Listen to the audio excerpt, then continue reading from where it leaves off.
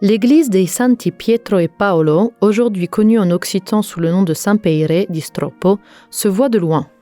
Elle se dresse sur un éperon rocheux à 1233 mètres d'altitude, une position isolée qui la rend cependant visible depuis de nombreux villages et des crêtes environnantes.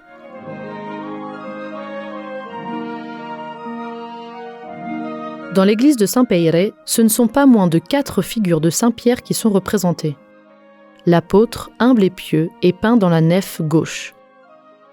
Les nombreuses rides de son visage en font un homme marqué par la vie et donc très expressif. Le deuxième Saint-Pierre, dans l'abside principale, est compatissant, mais aussi adouci par une expression presque paternelle. Tandis que le troisième, entouré de ses compagnons, officie la prière funèbre de Marie, le cœur serré et triste.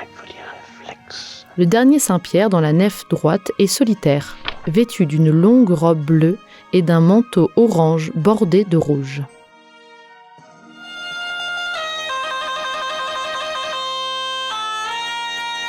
Il existe un fil conducteur dans toute la décoration intérieure de l'église, la sonorité. Que ce soit devant Saint-Antoine et le tintement de ses 2 cloches,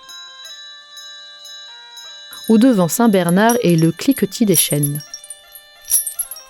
Levant la tête, nous écoutons les sons célestes, émanant de la bouche de l'archange annonciateur Gabriel.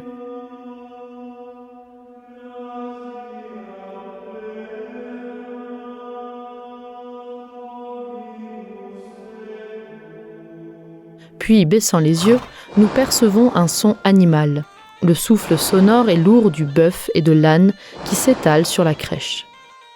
Grande mélodie de la cornemuse jouée par le berger enfin, représentée avec tant de précision et de réalisme qu'elle a inspiré la reconstruction à notre époque d'un instrument appelé justement piva di stroppo, protagoniste de compositions telles que celle que Sergio Berardo joue pour nous.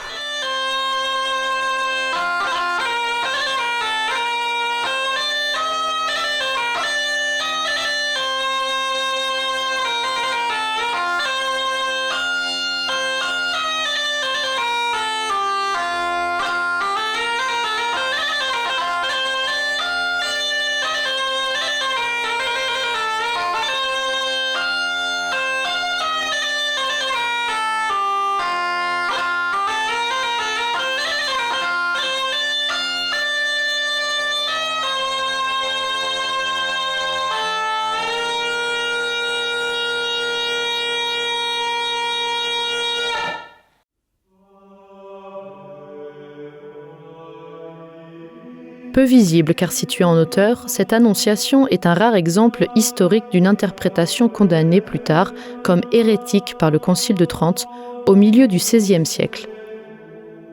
En effet, l'enfant Jésus y est représenté sous la forme d'un petit homme plongeant dans Marie, dans le sillage d'un rayon de lumière. Ce motif correspondait à la croyance que Jésus avait été envoyé du ciel par Dieu le Père et entré dans le ventre de la Vierge déjà formée. Il n'existe qu'une seule autre annonciation de ce type dans la région et elle se trouve dans la chapelle des Santi Bernardi e Mauro à Valgrana.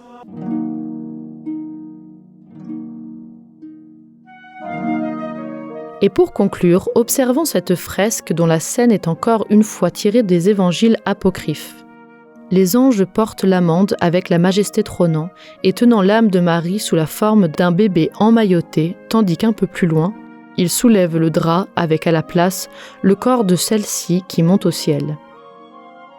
Marie tient dans ses mains une ceinture qu'elle tend à l'homme qui se trouve en dessous d'elle, agenouillé devant une chapelle. Il s'agit de saint Thomas à qui Marie confie sa propre ceinture comme preuve d'avoir vu son corps monter au paradis, preuve à partager avec les autres apôtres. Et nous aussi, voisins de San Peire, nous voulons reconnaître et partager avec vous quelques-uns de nombreux détails intéressants de cette église, l'une des plus anciennes de la vallée Maira.